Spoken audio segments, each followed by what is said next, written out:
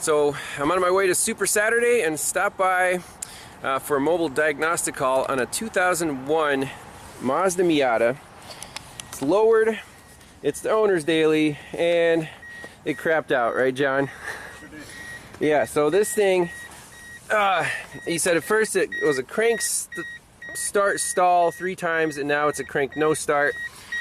Looks like an immobilizer problem.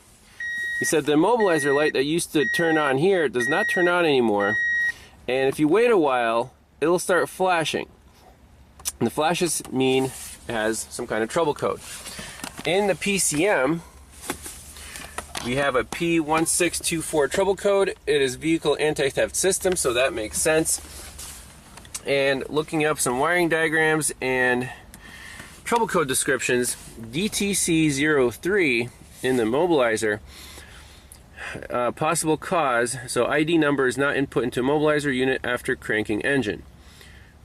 You could either have no transponder in the key, defective transponder in the key, defective coil at steering lock, or defective wiring harness between coil and immobilizer unit. It does not say you could have a defective immobilizer unit. So a quick check you could do is, if you have one of these little antenna LED rings, if the coil is energized, that LED should light up and flash. Alright, so look at the LED. If I turn the key from off to on, no response. So that kind of fits. Again, no immobilizer light. And here is the immobilizer unit. So it has 1, 2, 3, 4, 5, 6, 7 wires going to it. There is the part number. Lucas, that's the problem. Let's read up the description and operation and pull up a wiring diagram. Alright, here's the OE diagram. 7 wires on this immobilizer unit. So on pin J, blue and red, we have a constant power through the room fuse. And then on pin L, black and white, we should have key on, power and on and start.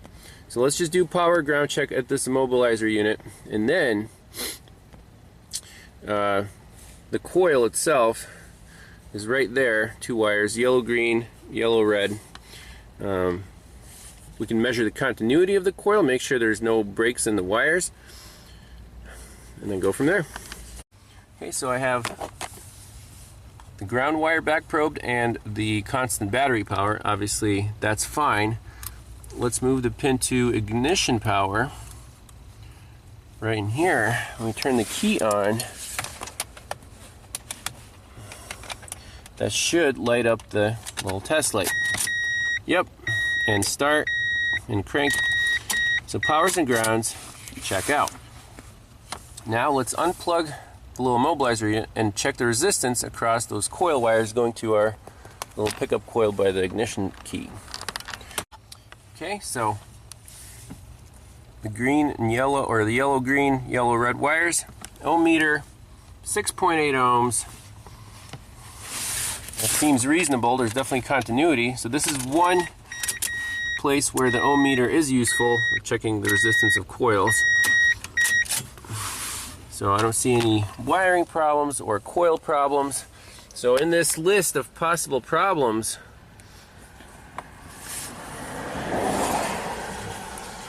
defective coil at steering lock, defective wiring harness, defective transponder and key, we're all striking out. I think it's going to be a bad immobilizer unit that's not sending out a signal on the coil.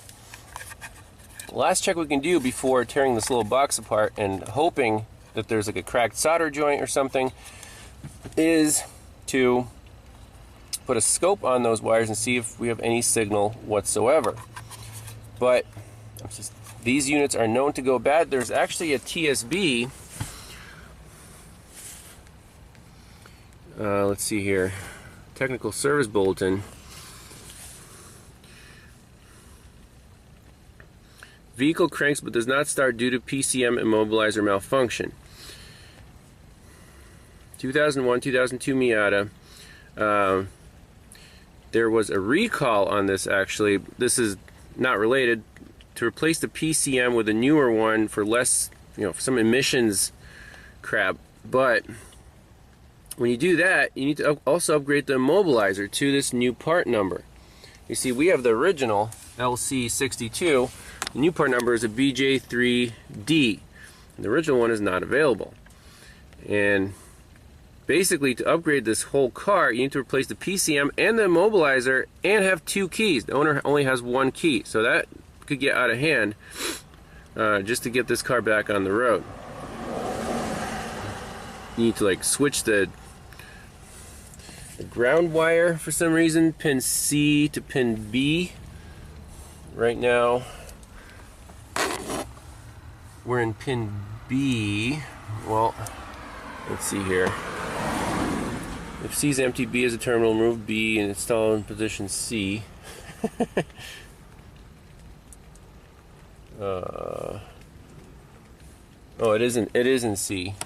Okay, so that's fine.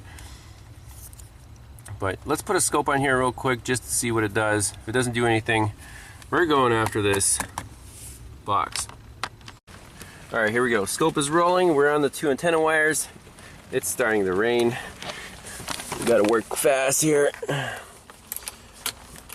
Alright, let's see what happens if we turn the key. Absolutely nothing. Okay, so we're going right after this box.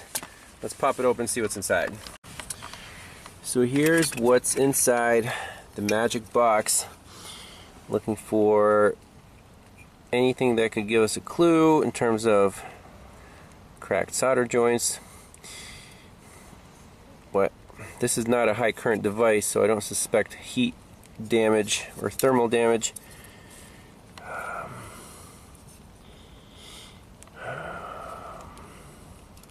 We could try stressing the board while turning the key, see if anything happens there, but it looks like a chip problem at this point. So just for kicks, I'm reflowing all these solder joints on the board. We'll add a little solder to each pin, but I don't think this is going to work. Nope, no change at all. So to fix this car, you think you just need a new immobilizer, but then if it's the newer one, you also have to have the new PCM style. And then you gotta have 2 keys to program it. So possibly the best option is to find a junkyard Miata and just grab the PCM, the immobilizer, and all the keys that they have, get this thing back on the road. So unfortunately, some parts are gonna be required, and that's it for this one. So see you in the next one. Bye-bye.